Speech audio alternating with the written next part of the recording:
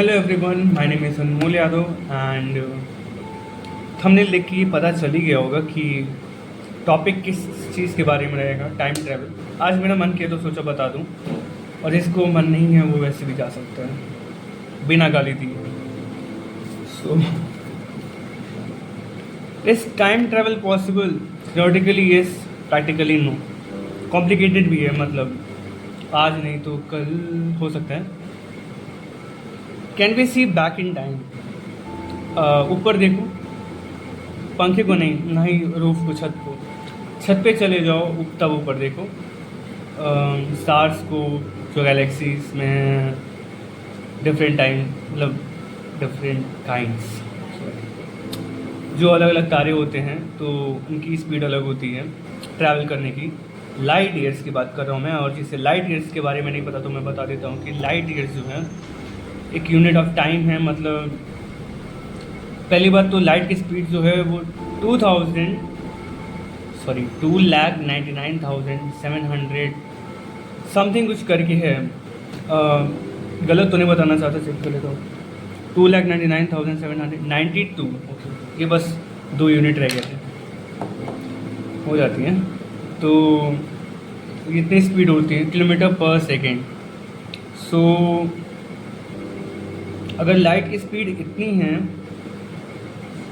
उसको इतना टाइम लगता है इन अ यूनिट, जो तो मतलब लाइट ईयर्स होता है एक लाइट ईयर्स, उसका 4.9 कुछ 9.46, अच्छा वो लिखा हुआ था 4.96 trillion kilometre per year.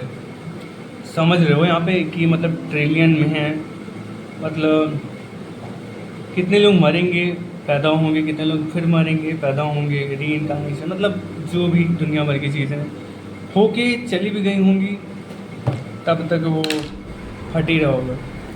Actually इस पे हबल स्पेस टेलीस्कोप से नासा के देखा जा चुका है ऐसा कि फॉर एग्ज़ाम्पल कि अगर कोई एक स्टार है, अगर वो फट गया तो हमें 1 लाइट ईयर, मतलब जितनी भी डिस्टेंस होगी 1 लाइट ईयर तो कह नहीं सकता, जितनी भी होगी, मैंने नापा नहीं है ना, मैं टाइम ट्रैवल नहीं करता, तो जितनी भी होगी डिस्टेंस लाइक 1 लाइट ईयर, तो हमें उतने समय बाद पता चलेगा उसके फटने की, वो कब कब फट गया होगा, फिर कहीं ना कहीं कोलाइड कर गया होगा दोबारा, या तो ब्लैक होल बन गया होगा, कई कई ऐसे होते हैं, या फिर वो दोबारा स्टार्स बन गया होगा, एक new baby, I mean born star. Okay, so ये है how can we know time travel is real. इसके बस तो मेरे पास कहानी है, 2 है वैसे, उसको अगर आप दोनों लिंक कर सकते हो, या आपके पास नहीं ज़्यादा होता है, सॉरी, सुन लो। 2 वॉच हैं, दोनों का टाइम एक है, लेट सपोज 1 o'clock, और एक क्लॉक चला गया एरोप्लेन पे, किसी भी स्ट्रेटोस्फीयर, मेसोस्फीयर, एक्सोस्फीयर, व्हाटएवर, जो भी स्फीयर, और एक जो वॉच है वो नीचे ही है ज़मीन पे। दोनों एक ही डिस्टेंस पे, एक ही स्पीड पे ट्रैवल कर रहे हैं, and after travelling that distance, वो उन दोनों को, क्लॉक को या वॉच को, वैसे वो नॉर्मल वॉच नहीं है जो हम लोग घड़ी में पहनते हैं, फ़िलहाल तो नहीं है, लेकिन जो पहनते हैं तो वो डिफरेंट है, वो क्वांटम क्लॉक होता है। इसके बारे में बताऊंगा कभी, फ़िलहाल ये तो बता दूँ। तो जब दोनों को मैच किया जाता है, तो जो वॉच ऊपर रहता है एरोप्लेन में, उसमें थोड़ा सा स्लाइटली मतलब वेरिएशन आ जाता है, वो थोड़ा स्लो चलने लगता है, और जो नीचे वाला रहता है वो फास्ट ही रहता है, आई थिंक फास्ट रहता है वो। इसलिए ये वेरिएशन इसलिए आया क्योंकि आइंस्टाइन की स्पेशल थियरी ऑफ रिलेटिविटी में ये आता है कि the faster you move the slower you experience time, I mean is relative, ये पहले ही बताया था। मतलब ये मजाक मत बना देना कि तुम लोग क्लास में लेट पहुँचे और कोई पूछे कि, ये मैंने कहीं सुना था, अब मत पूछना कहाँ देखा था, टाइम इज़ रिलेटिव, तो मैंने लेट, मतलब मैं क्लास में लेट पहुँचा, ये मत अप्लाई कर देना तुम लोग कहीं। तो ये देखने के बाद, मतलब जब पता चला कि टाइम रिलेटिव है, तो टाइम रिलेटिव है। और एक और चीज़ कही थी एल्बर्ट आइंस्टाइन ने कि स्पेस और टाइम दोनों लिंक है, जुड़े हुए हैं। मैं इमेज दिखा दूंगा यहाँ पे अगर शो हो रही हो तो जितना ज़्यादा मास होगा उतना ज़्यादा से स्पेस और टाइम में कर्वेचर बढ़ेगा। लाइक ये चीज़ है पेन, यही रहेगी मेरे पास, ये मैं गिराता हूँ तो इसका भी कारण स्पेस टाइम कर्वेचर है। कुछ लोग कहेंगे कि ये ग्रेविटी है। हाँ ग्रेविटी है, बट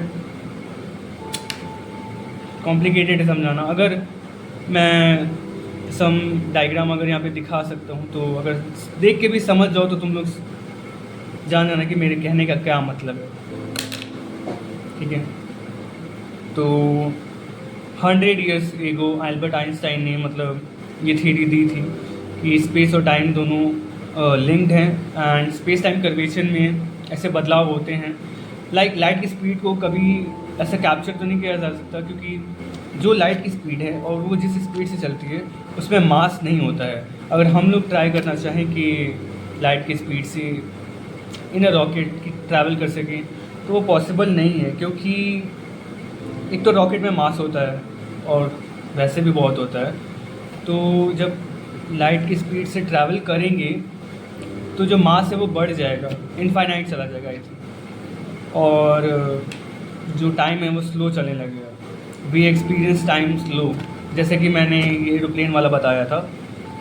एंड कुछ ऐसा ही एक रेफरेंस है लाइक जीपीएस जो हम लोग देखते हैं, जीपीएस सैटेलाइट होता है, उसमें जो क्लॉक होता है उस क्लॉक में और नॉर्मल जो क्लॉक होता है अर्थ पे उसमें भी बहुत स्लाइटली वेरिएशन आ जाते हैं। तो उसको फिक्स करने के लिए साइंटिस्ट बार बार चेंज करते रहते हैं ताकि कोई मतलब बहुत ऐसा बड़ा क्योस ना हो जाए।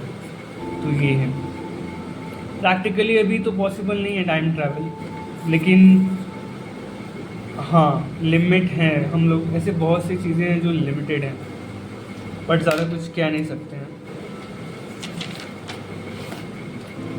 Can we use time travel in everyday life?